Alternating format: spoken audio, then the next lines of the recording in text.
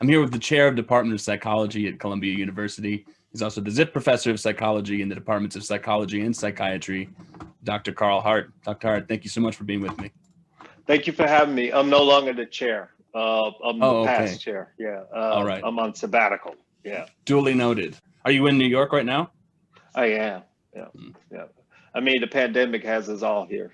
Yeah. Or at home. Yeah. True. The pandemic seems to be prime time for drug use. I know it was for me. I don't really use illicit drugs very much, and it's not necessarily because they're illicit. But I drink from time to time, and I noticed my drinking going way up during the pandemic with no problem whatsoever, and actually to great benefit. And now I'm seeing that due to many of the things you talk about in your book, people are having a really difficult time, not because they decide to use drugs, but because they can't get pure drugs anywhere. You've probably been keeping your eye on that trend. I have, like in New York, for example, it's almost impossible to get heroin without fentanyl. And I mean, with the pandemic and everything. So it highlights that the problem isn't necessarily the drug that people are seeking. The problem is the contaminants and the market. I hope smart people are paying attention to that. But you know, as well as I know, this is a time when people take advantage of the situation such that they exaggerate the harms associated with heroin, or they misattribute the harms associated with heroin to the harms associated with the capriciousness of the illicit market. And that has been going on for years, which is the real shame. I should back up for a minute because I just realized in my introducing you, I didn't actually introduce that you're also an author. You wrote the books High Price and the most recent Drug Use for Grownups, which is, of course, what we're talking about. How did you come to study drugs and their effects, and what inspired you to write the book in a nutshell? Well, as you know, I've been studying drugs for like 30 years or so, and I got into studying drugs because, like many people, we wanted to solve what we thought was the scourge of drug addiction, that problem. And somewhere over the course of this time, I realized that the problems wasn't drugs. The problem was our market. The problem was primarily how we were dealing with these so-called illicit substances. And when did you begin this? I found this fascinating, that it was as an adult that you really began using substances, especially the substances that in the US are illicit. How did that come about? Yeah, so whenever I talk about my own substance use, I have to be careful because people have, in the media and our documentary films and our feature films, they have really caricatured drug use such that you have irresponsible people doing this activity, misbehaving and so forth. So I want to make sure it's clear, people understand that, when we're talking about my drug use, we're talking about, just like we talk about your caffeine use, we're talking about your alcohol use. That you are right in saying that I really didn't start using these so-called illicit substances until I was like well into my 40s. Although as a young person, I tried cocaine, weed, and those sorts of things, but it wasn't until I was much older where I knew what I was doing. I knew what effect I was seeking. I knew how to make sure I had the substance that I was seeking. And it was always done, and it's always done in a situation in which I have set aside time to engage in that activity. Just like I set aside time to go to a movie or to a comedy show, same sort of thing. So I have to explain this because most people come to this with their adolescent ideas about drugs, and sometimes it's tiring and it eventually becomes maddening to like explain that this is an activity engaged in by me, who is a grown-up. And so yeah, you're right. It wasn't until I was older when I started doing this sort of thing. And what brought that on? I mean, here's what I mean by it. I'm in your camp here, I believe. There's a stigma associated with even if you're going to do illicit drugs, which many of my friends and colleagues do, that what you said about that in the book resonated with me deeply, but we'll never tell anybody, you know, because there's such a deep stigma attached to it. So I'm curious what, when your initial illicit drug, let's say with heroin began, and how you found it beneficial and why you decided to speak up about it. I don't. Heroin must have been about, what year are we in? Maybe 6 years now. 6 years ago, I had a friend I think I described who also had never done it, and we had some pretty pure stuff, and we tried it, and I knew that it was supposed to produce effects just like any other opioid, oxycodone or some other sort of opioid we prescribe. And sure enough, it produced an effect like those other opioids. And I mean, we snorted it. And so many people think of heroin as you shoot, and I never shot a drug. I have no plans on shooting a drug, in part because the effects after snorting it are felt rapidly enough for me. There are blood vessels leading from the nose to the brain, and it gets there pretty quickly, just like shooting it, not as quick, but damn near as quick. But for me, shooting a drug, the effects dissipate too rapidly. You know, rapid onset, rapid offset. Mm-hmm. I actually like oral drug administration better than any because the effects last longer. And so I applied my pharmacological knowledge to this topic, and when I use, and you asked about the effects of heroin, how are they? Serene bliss, you know. That's not to say like this nonsense that people like to say, oh, heroin effects is like nothing else. I mean, it ain't sex. So don't, I mean, people who say stupid shit like that, they should probably get another sex partner if they find this more appetizing than sex. But it's something that I do for an altered experience. Just like I said, if I go see comedians, I love going to the live comedy shows, same sort of thing. This is my time to do that. And it helps me to, whether it's heroin, whether it's MDMA, whether it's cocaine, a lot of my substance use really helps me to recalibrate and to think about being more generous and more open and more forgiving, more magnanimous, all of those things. And I like that. I like being a better person because I know I have my limitations, and my substance use forces me to think about being a better person and forces me to think about the effect or the impact of my actions on other people. And so I like that. I did heroin for a long time, and just happened to be that I got in an involvement with it that was destructive. And for a really long time, I believed basically any media about myself, my own experience. You know, they convinced me and gaslit me about my own experience that it was the heroin that took me over or something like that.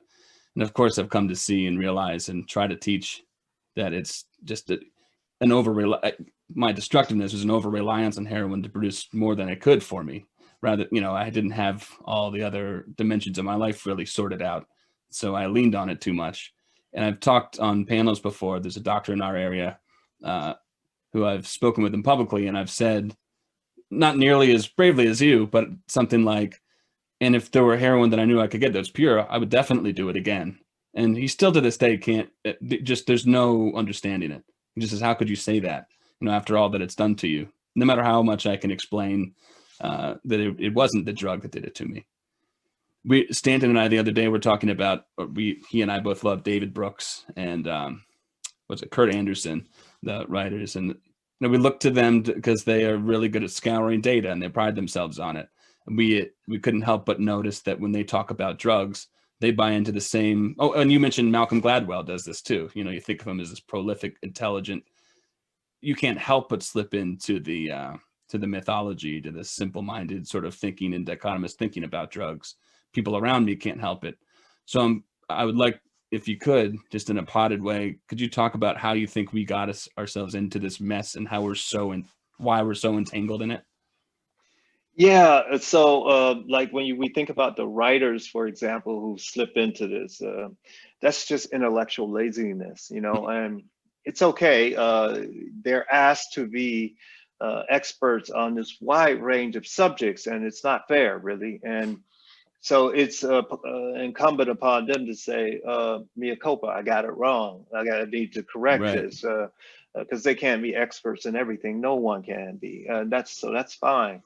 Now, how we got here is a whole different ball of wax. Many people think we got here because of some rational sort of reason. It has a lot to do with good old American racism and hatred of others. So when we think about why these drugs are banned or why people have this sort of negative view of heroin, like the doctor who can't understand you might use heroin.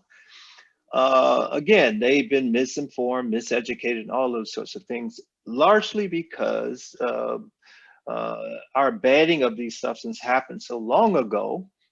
People just you're born into a situation where these drugs are illegal. So they're illegal, so therefore they're bad in your mind. That's all you think. And then all of that sort of perspective is reinforced by all of the information that's put out about these drugs. So it's just like, oh yeah, this person is having a hard time. They use heroin. Yep, heroin caused them to have a bad time.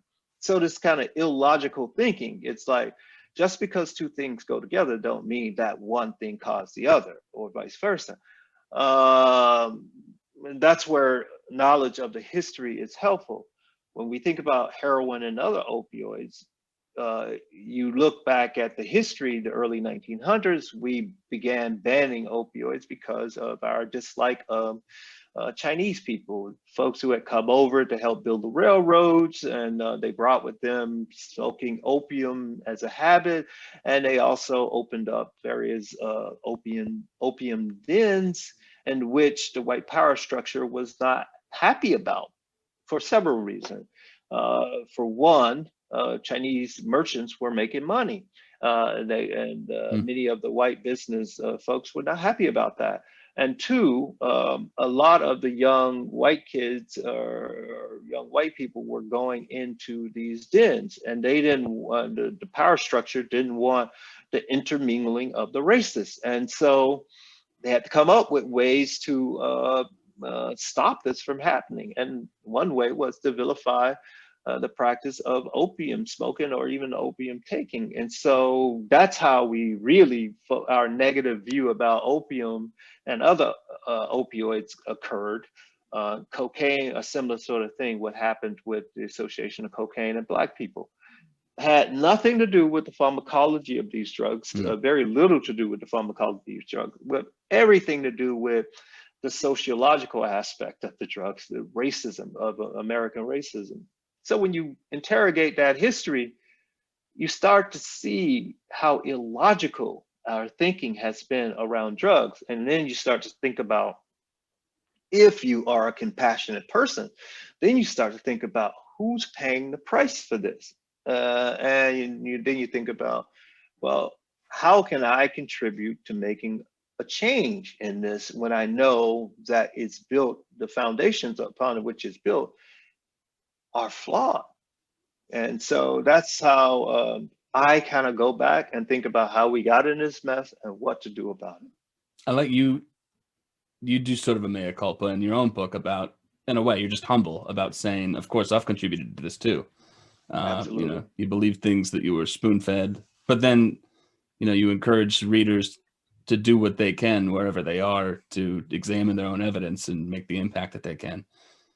Absolutely. I'm still making mistakes. And I will continue to, as long as you put forth an effort, you might make a mistake. And it's like, it's okay. We are human.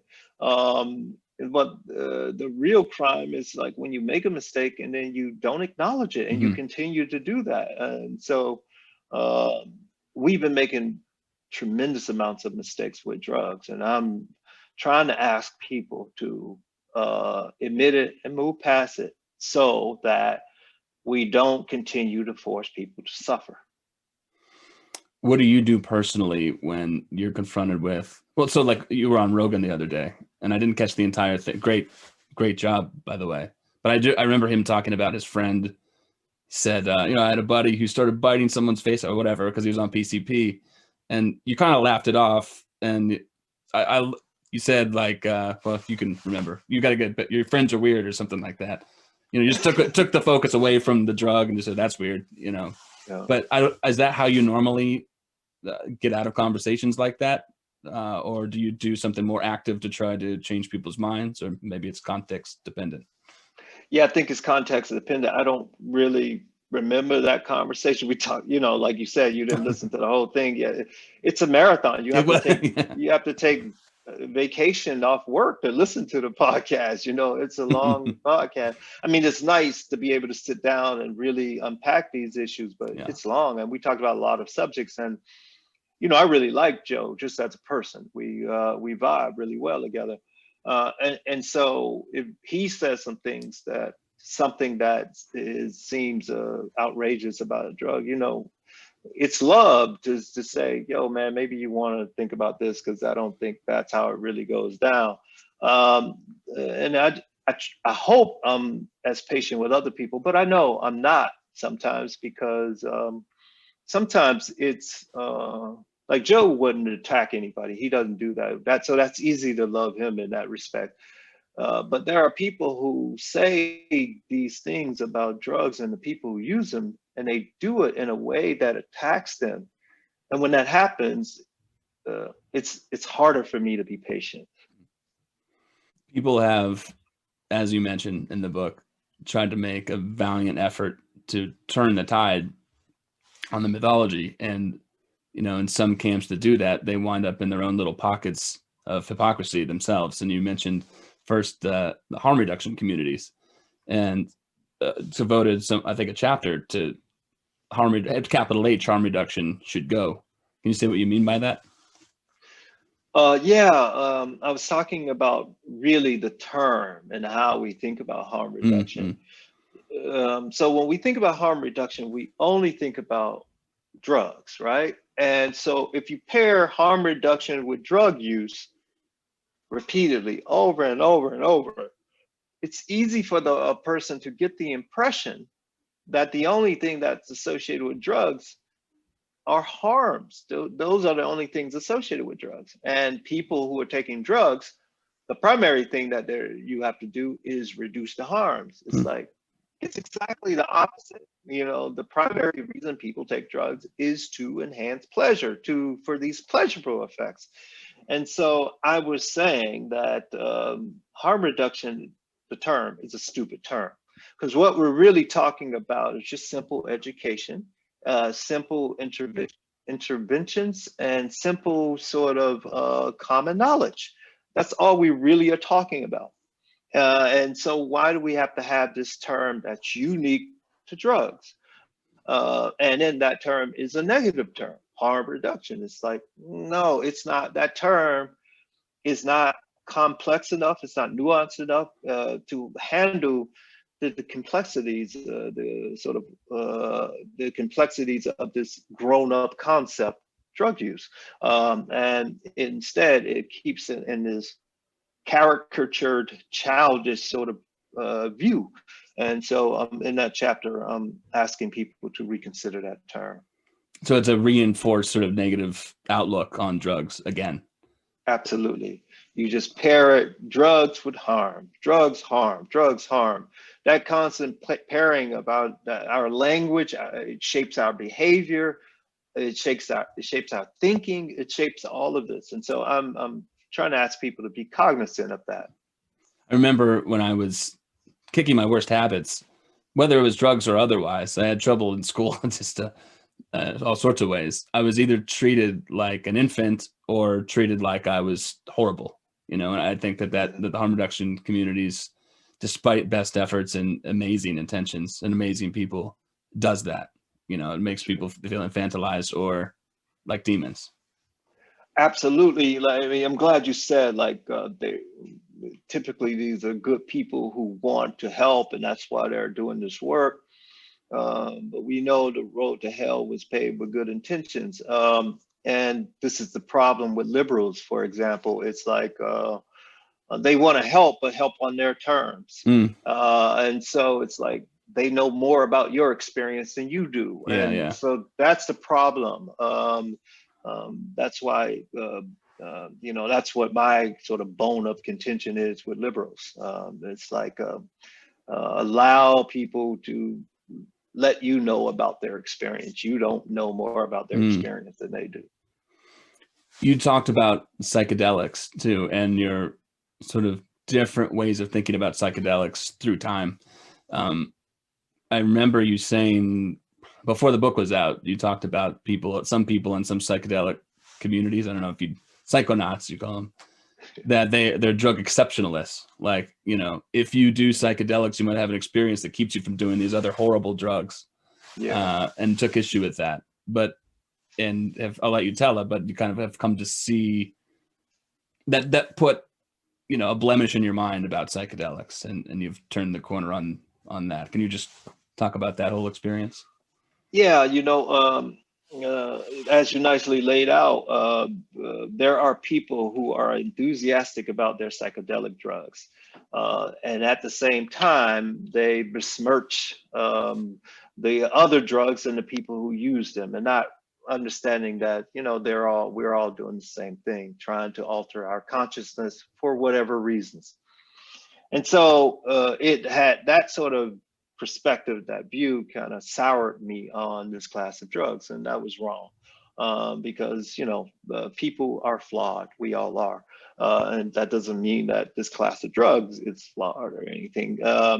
And it was nice to work through it, writing the book, and also I learned a lot more about people like Jerry Garcia, the Grateful Dead front man for the most part, and got a better relationship with people like Rick Doblin from MAPS and those folks. So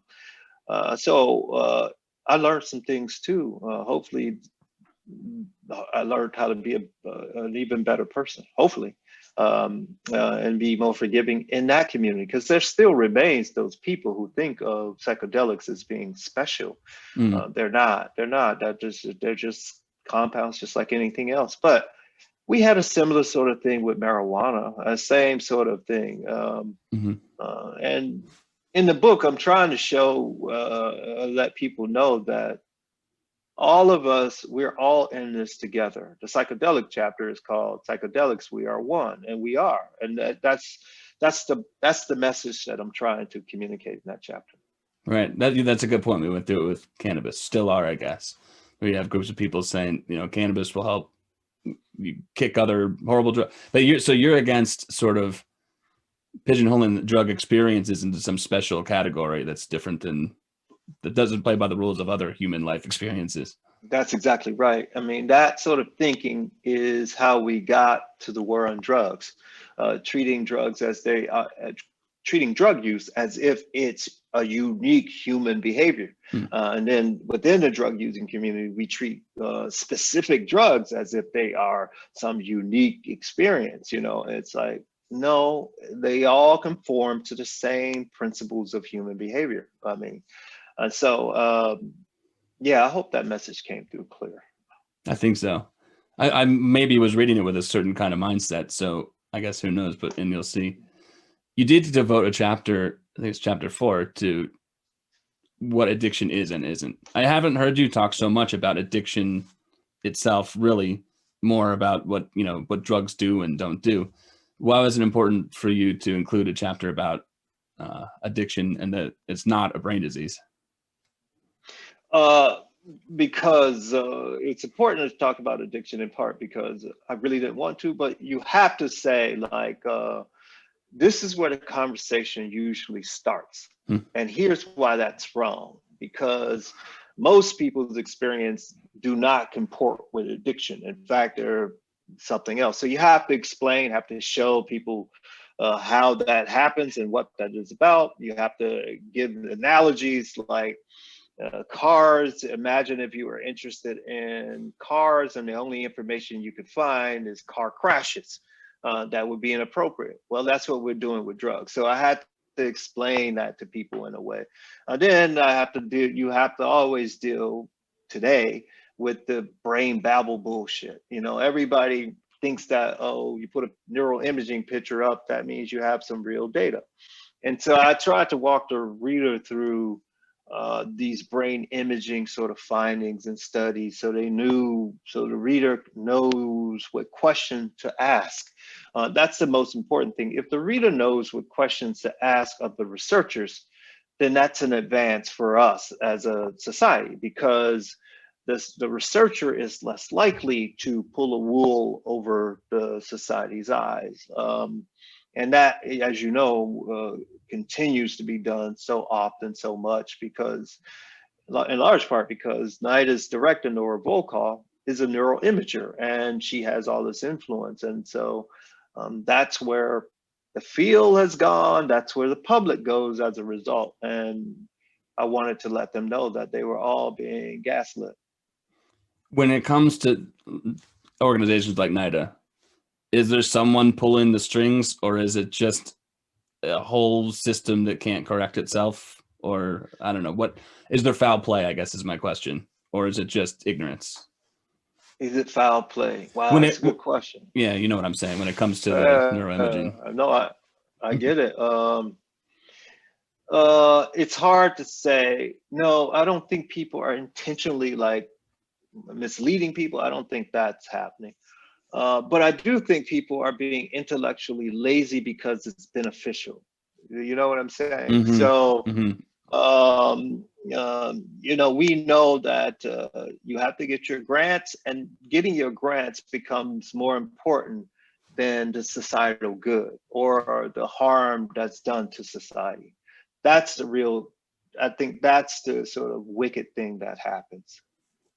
There's you know, on a personal level, I think anyone could imagine you think or believe or find out something that seems to go against the grain. You're kind of looking around you to figure out either why you're wrong or why everybody else is wrong, but it doesn't feel comfortable, as you of course know now, to be the one out front saying, you idiot, you know, you guys are all have it wrong. You have to listen to what I just found out or what I believe. What makes you, how did you decide that you would do that? I mean, is it just a devotion to honesty above all else? I guess what I'm saying is, so few people do what you're doing, even though they could. It's almost easy to understand why people don't do what you're doing. It's harder maybe to understand why you are. Well, like you said earlier, it's like it's a context dependent kind of thing, and it's context dependent. You know, like remember that in terms of science and drug abuse science, most of the researchers are white. I'm Black, meaning that I have family members, children, relatives who are negatively impacted by what we're currently doing in terms of the war on drugs. So I have to go home and I have to see this sort of stuff, the waste, the carnage that has occurred as a result of our war on drugs. And I have to think about, what role do I play as a science? What role does my science play in perpetuating that carnage, that damage, that harm? And so I'm forced to look at it, whereas other people aren't forced to look at it. And so when you're really forced to look at it up close and personal, it increases your motivation to do things differently. I remember reading David Sheff's Beautiful Boy and thinking, that's nice. You know, it's a good story, but when we're talking about, it was just another story, another sort of exaggerated. I mean, I'm sure that the things that happened in his life happened, but most of the people we're dealing with aren't beautiful boys, you know, or people in that situation with a lot of wealth, a lot of ways to fall down and pick themselves back up. A lot of people that we're talking about who were most devastated by, I guess, the war on drugs, you might say, are people that maybe someone who would write that book doesn't have to, as you mentioned, surround themselves with contextual, communities that they're not contextualized in. I'm learning that slowly. Yeah. Also, Chef, I don't know what he knows about methamphetamine, but some of the characterization was just wrong. And, that sort of stuff does more harm. And I really have little patience for that kind of writing because they don't bother to even look at the scientific literature or any literature that to support what they say, besides some popular notion. And so, I have nothing but contempt for that sort of stuff. Yeah.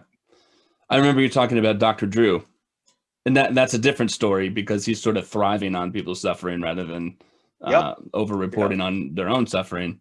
But I feel like that's on that spectrum.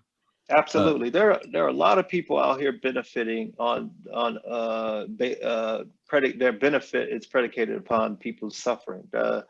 Dr. Drew is just one of many. One of our attorneys here, we were pushing for safe consumption sites in Burlington, Vermont, and the U.S. attorney for Vermont wouldn't have it. She said, I'll arrest, if whatever happens, I'll arrest everybody that goes into that place and leaves the place. And she and this person who went to jail, she arrested and went to jail. He came out of it, wrote the story about how drugs took him over. And I see it in people like this, where they say this gives them an identity. And you can't, like you say, you can't go wrong telling that story when, it's a risk to tell the truth. And it's an investment. Yes, you hit it on the head when you say it gives them an identity. I mean, that's why the things that I'm saying about opioids is met with such resistance.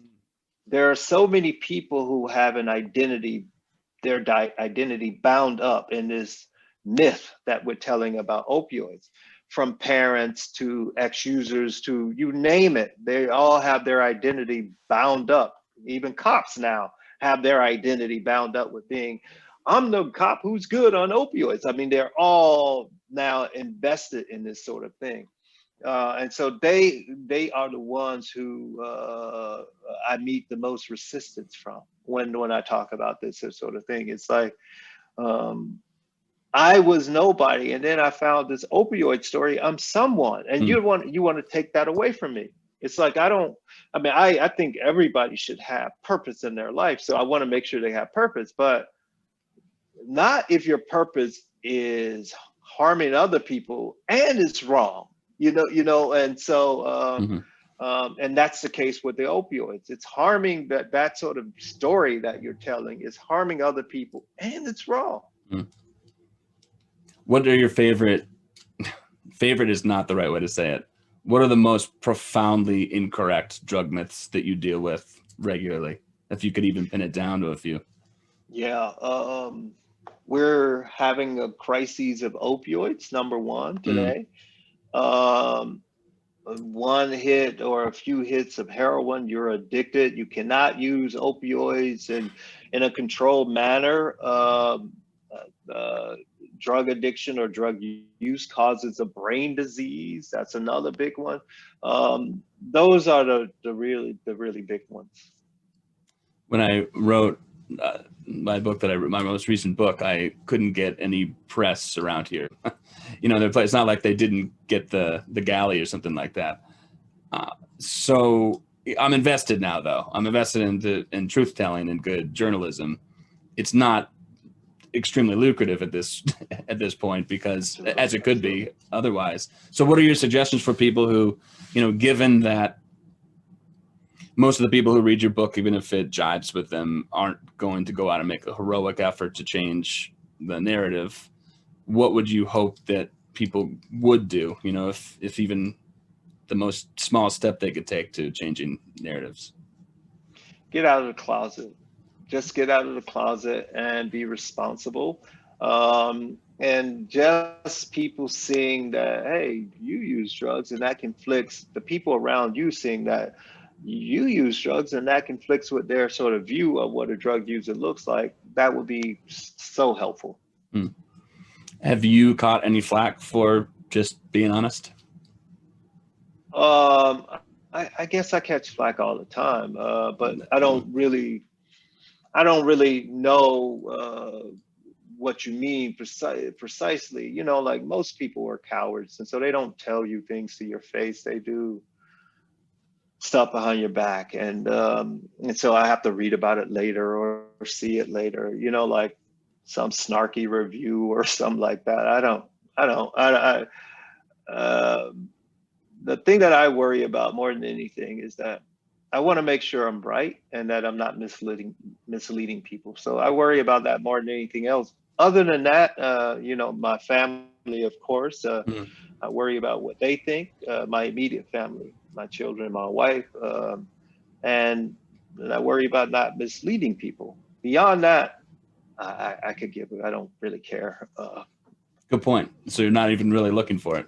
That makes sense too. That especially in academia, if someone has a problem, it wouldn't be directly told to you. No, it's a cowardly activity. Mm. What do you think about when it comes to your family, especially your kids, who I think are adults, and who, in all likelihood, given statistical relevance, will decide to use drugs? Yeah. I don't think you would be against it for the reasons that they're drugs, but I could imagine you wanting to make sure that they're safe in using drugs, considering who knows where the supply is coming from. What kind Yeah. of conversations do you have with them about that? Okay, so to be clear with my kids, I have 3 boys and a girl. So, and they're all 20 and older. Okay, So, okay, the older than I uh, thought. yeah. So, we're past the experimental stage. I got you. And so, but still, the thing that I worry about with my kids is not so much drug effects, because I talk to them about drug effects. They grew up learning about drug effects. They know how to know which effects are most likely with which drugs. They know that. The thing that I worry about most is the cops, police. Mm, You know, drug effects are predictable, and we work on those things, and we can minimize the harms that are related to that and enhance the beneficial effect. Drug effects predictable, police interactions are not. And too often, like the black youngster ends up dead interacting with the police. And so that's my biggest concern, the police. Drugs they pale in my comparison and my concern for the police.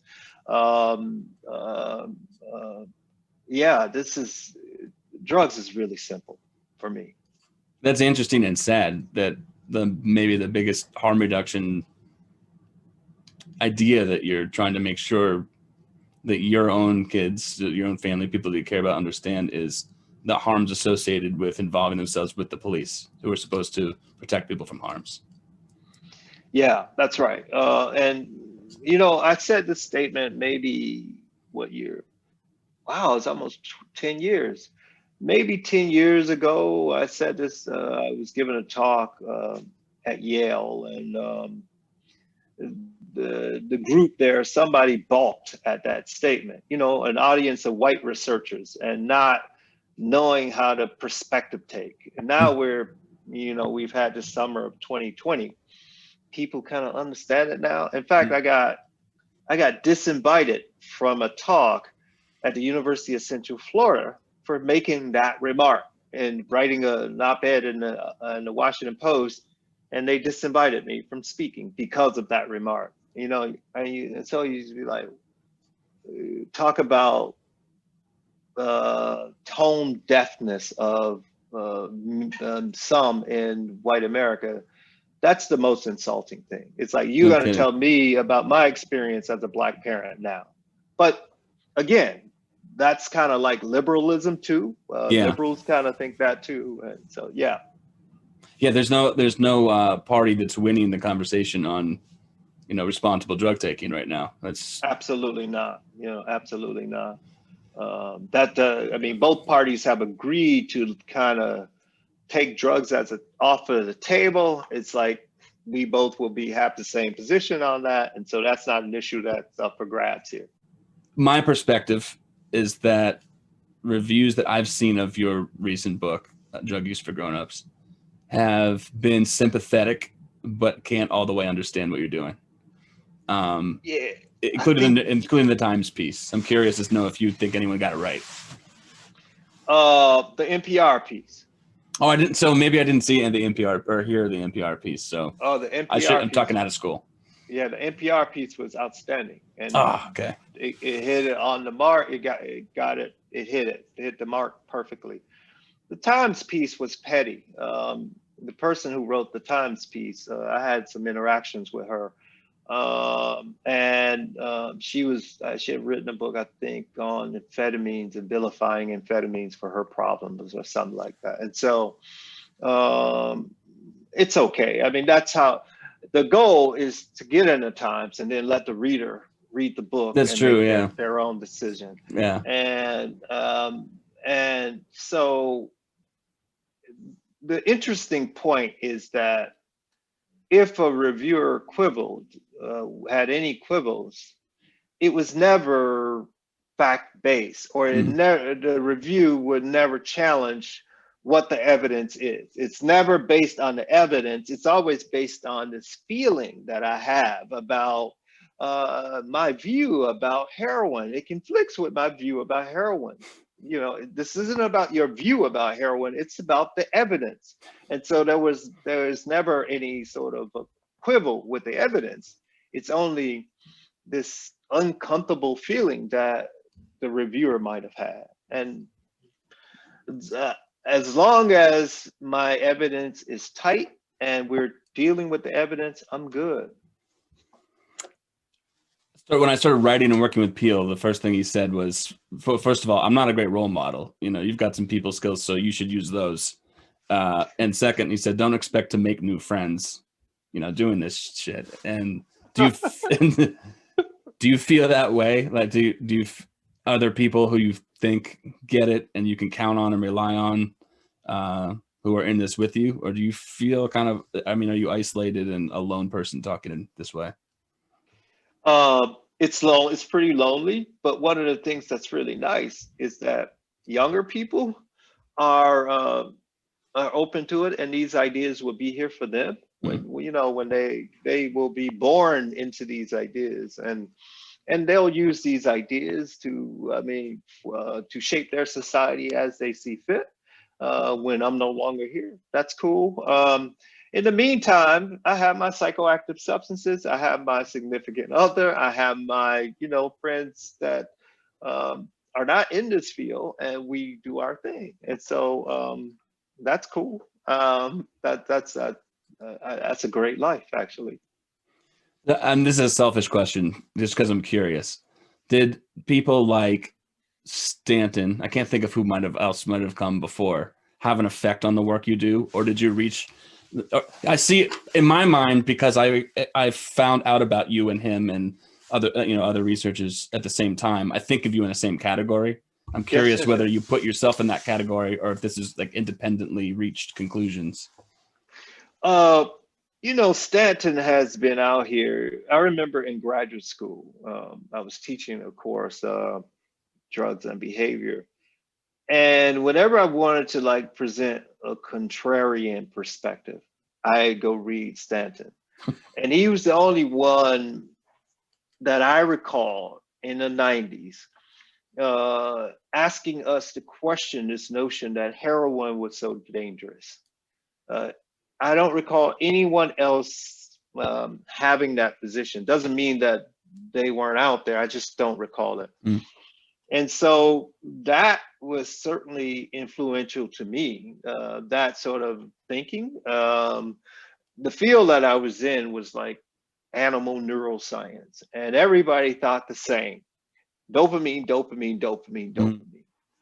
And there was no sort of thinking outside of the box. Everybody wanted to be these few guys who were doing the animal studies, and it was none of those guys actually had any drug using experiences themselves. They wouldn't know a drug user if they were sleeping with one, and so it took me years to really know that, but I know now based on the nonsense that they were writing and that they're currently writing. Stanton was certainly helpful, but those guys were helpful in helping me understand the neurobiology, and so I can take apart that nonsense at that level.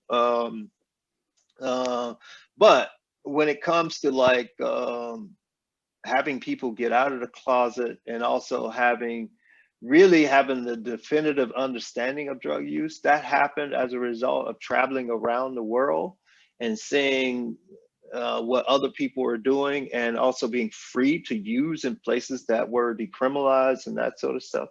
That has had like a huge impact on how I think. Well, thank you. I look up to the work you do, and I know that people reading are going to realize how difficult it is to speak honestly. How often, maybe if anything else, if nothing else, that people think, wow, it's so frequently in my day that I sort of tell these lies to protect myself, or don't tell the truth to protect myself. And you put it very clearly that that affects others more than we know. And so thank you. Thanks for your work, and thanks for the book, and best of luck on it. Zach, thank you, man. And you know, you got my info, so if I can be of any help, please reach out, because I really dig what you're doing. I really dig your enthusiasm, and also I really dig that you're working with Stanton. You continue to work with Stanton. You know, he's been alone for many years, and that shapes how we are. And so sometimes negatively, I know the feeling. And so thank you for working with him, because he's important here.